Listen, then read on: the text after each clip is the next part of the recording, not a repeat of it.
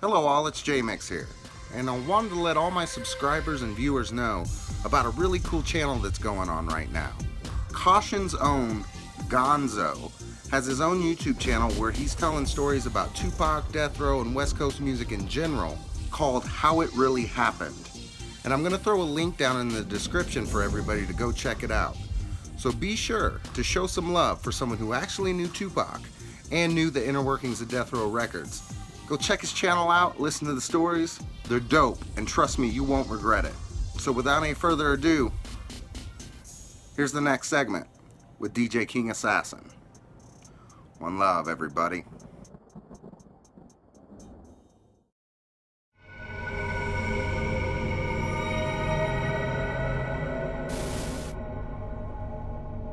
And that's when I had came back from L.A. to Sacramento. I was like, man, I was out there with Pac. Man, was doing all kinds of things. And that's when I was putting Kendrick back up on game, on Tupac. Then he connected with him right after he came to the house in Sacramento. I had the number, I had Can-Am's number, everything, Pac and Pac, you know what I mean? And Pac said, hey, I'm going to make Kendrick my assistant. People don't know how close, people don't know how close Tupac and Kendrick were. They were close even before fucking all the Death Row stuff and all that. You know what I mean? Dude, these fans, man, they're like, we don't even know who this guy is. And I'm like, you don't know who Kendrick Wells is? Dude, the internet's a crazy place, man. That's why I do what I do. And I'm not trying to talk over you. But I want there to be a historical record. Because it seems like when time passes, people, I mean, like, stories just change and then people get left out of the picture. I don't know, like, you know, all props to you and everybody else involved, but, like, how do people not know that, you know, who Kendrick Wells was? I knew who he was because I've been a Tupac fan since '94. You know what I'm saying? Right. So I knew that his personal assistant was Kendrick, and it took me a long fucking time to find him, but I finally got a hold of him, and that's I guess the point that I'm making is that's why I do this, to keep a damn record of it. So, you know, 20 years from now, people can't be like, well, you know, and tell some bullshit story. Exactly. And I'm glad you did because you're one of the few casts. Actually, there's not too many of you out there that really get down to the nitty-gritty of things and really put official casts that really have that, you know, that essence and that relationship with Tupac. You know what I mean? And for the cats that say I never even knew Tupac, come on, it's like, what are they, blind? I mean, I'm over here working with Mo Preem and all that shit and Big Psych and Thug Life because I used to produce Thug Life when they was Double Jeopardy, Jmix. Double Jeopardy. You know what I mean? I produced songs with Spice One, The Streets of Hard Knocks. I got shit that's unreleased with Big Psych, Macadocious, Rated R. If you listen to my past albums that I put out in the early 90s, they had Thug Life on when nobody knew who a Thug Life was. That's how close I was with Tupac, man. Nobody was up on Thug Life. They wasn't even tripping off really Tupac like they do now.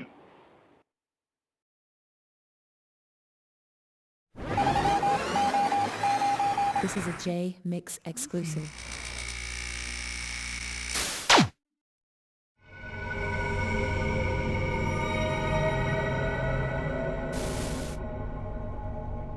We're going to talk about things that people didn't know about Tupac.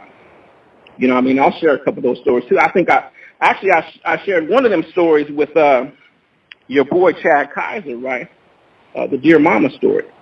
See, and that right there should just let people know, like, damn, this motherfucker assassin knows a lot of shit. How does he know this shit? Because we never heard this story before. We didn't hear this original Dear Mama before, and the cast that did that were Tupac collectors. They didn't know the story, why it got changed. I knew the story because I was right there with Pac when he made that song. No, that was sample clearances, right? Yeah, it was sample clearances. And I'll never forget, Pac came in the studio, he was, man, Assassin, what? Man, you'll never believe this. And I go, what's up? He goes, man, we can't use that sample. I said, man, you just didn't like to scratch it, Pac. You ain't got it, man. I ain't mad at you. I ain't tripping. You know, because, you know, I did the scratching, you know, with the yo-yo part.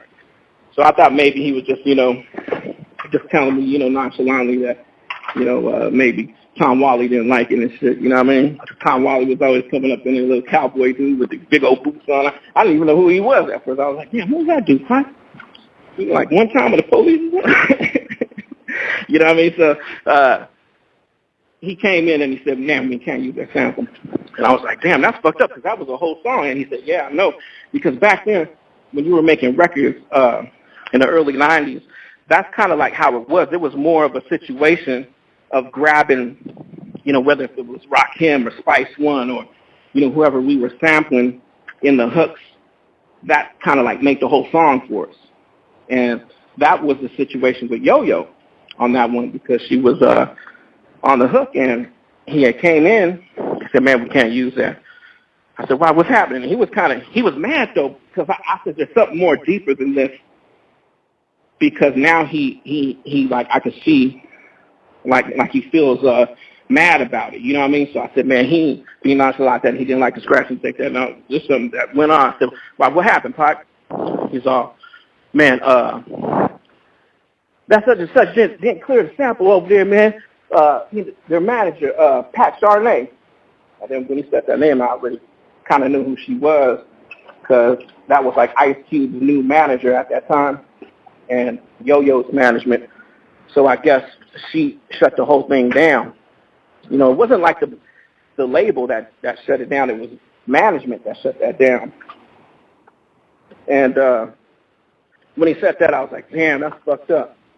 You know what I mean? So I don't think he knew how to take that either, because Yo-Yo was so cool with him, and he thought Ice Cube was cool with him. But then he also had the other feeling like, it's management too that shut that down. But Pac ain't stupid. He knew that, they had to. I'm not saying Yo-Yo, Cube might have had something to do with that. You know what I mean? Don't get me wrong. I don't know if that's 100% true, but you and I know, Jmix, if something like that happens, the artists involved definitely have some kind of say-so. But when I told Yo-Yo on the Money B show, going way back show, I never met Yo-Yo before until like maybe it was like 3 or 4 years ago. And my homeboy said, "Man, you better go up to her and tell her about the story what Pac told you," because I was telling him about that story. So this dude pulled me in Money B show while they was actually recording on T Radio V, because I had a show on T Radio V too right there. And he just like pulled me in right when they was like interviewing and stopped everything. They stopped like that whole show right there for me to tell Yo-Yo, the situation about Dear Mama, the original Dear Mama. So I told her, and when I was telling her, Jmix, she had tears in her eyes, man. She had tears in her eyes, and I asked her if she, ever knew about that. She didn't know nothing about that. Get on the mic. You was in the studio with Tupac, Dear Mama. Yes. And do you know that song originally had you on the hook? Got me a down-ass mama on my team. That was the original in the original Dear Mama Tupac song. And I just want to let you know that. Wow. And the only reason why we just couldn't get clearance with Pat Charnay, so that's the only reason why that didn't. Yeah. Wow. New news. You didn't even know that. Didn't even know that. Learn something new every day. Wow. Right here Wow. on the I love Going Way everything you Back do for the show. kids, So you can imagine, if you're an artist, to know you was on one of the biggest songs ever recorded in history, in rap history. Dear Mama is one of the most prolific songs. It's one of the most incredible songs ever, Dear Mama. You know what I mean? And she would have been a part of that, and she didn't know about it. I know she was there because she was crying.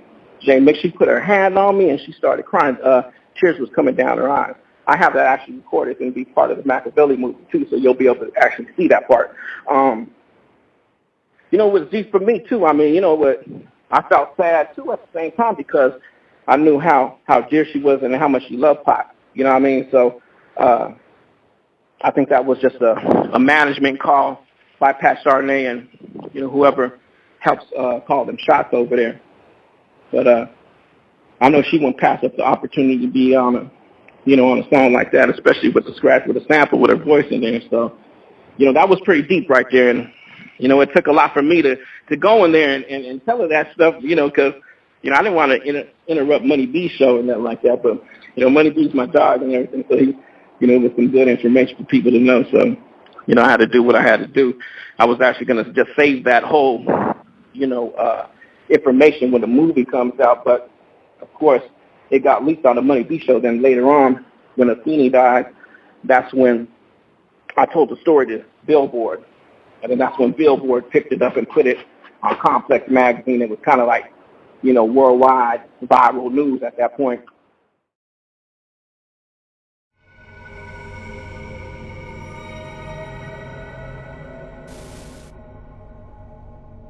So Pac is originally from the East. He moved down here to California and got his game in the Bay Area, man. I give props to the Bay Area because Bay Area, man, they got their own style, their own, way of talking. And then you move to L.A. and you get that, that gang banging situation, all the gangster shit mixed with the player Mac shit. You know what I mean? So that's what Pac absorbed, and that's what Pac really put down in his lyrics, man, because you can hear a little bit of everybody in Tupac. You can hear a little bit of the governor from Oakland. You can hear a little bit from Rappin' Forte, who's one of his favorite rappers. You can hear like the Cube in him too. You can hear the Public Enemy, Chuck D. He got political, then he got street, then he got serious to tell people, that life goes on. I ain't mad at you. Heaven ain't hard to find. Feel good songs, party songs. That's deep. Dude, nobody's ever put that to me that way. That's so true because you do hear a little bit of Chuck D in him. You can hear a little. The music, I've been told by people, obviously I didn't know Tupac, that he would listen to all the top 40 songs, pop songs, it didn't matter. And he would absorb a little bit of everything, and he would kind of put it in a gumbo. And that's what you would hear come out of his mouth is all the stuff that he absorbed. And that's why he was so popular, because he knew how to reach people. And the way you said that kind of put a light bulb in my head, and I've never had it explained to me like that, and I think that's huge. That's deep. That's a great soundbite. You know what, Jmix? That's what I knew just being around him, what he was expressing. You know what I mean? And he went there, but what he took to the next level, what people don't understand is he touched your heart. And he even told me, he said, man, this song right here, this Dear Mama, this is going to make everybody cry. And I said, you know what? I'm crying already. You know what I mean? Because I thought, man, my favorite part is putting money in your mailbox. You know what I mean? I mean, putting money, a check or something in your mailbox, getting paid. And it was just so felt because if you knew Tupac, he was in line with what he was talking about. His mom, all the stuff that he went through with his mom, that was all real. That wasn't nothing scripted. So when you heard his lyrics, they came from the heart. And he was able to do songs like that, then turn it around and do Let Me See You Toss It Up to, Ambitions of a Rider to, the incredible songs like Temptations. Big shout out to Mo B. With so many different concepts, all the way to, Ain't Nothing Like the Old School. He brought all those, feelings. He brought those alive when you heard it. When you heard them songs, you felt like you were part of them songs. That's why a lot of people say, man, I feel like I knew Tupac, man. I feel like, I know this dude because they feel his music from his heart because that's how they felt. Pac has a song for everybody, man, for everybody. And, Shed So Many Tears is so deep, too. I mean, we can go on and on, right, Jmix, about all the songs. Never had a friend like you. Yeah, you're right. It's just like a nonstop party. I could put on Pac right now, and I'll probably stay up till like 4 or 5 in the morning just bumping that shit just because it is good music, and it feels good music. Then he'll hit every angle in life. You know what I mean? So did I know that working with him as far as the different concepts and how deep it was? I knew it was deep, but I didn't know how deep it was until after the Death Row stuff because it started getting scary. You know what I mean? It started getting scary at that point because I knew it wasn't no joke at that point because the shit was serious.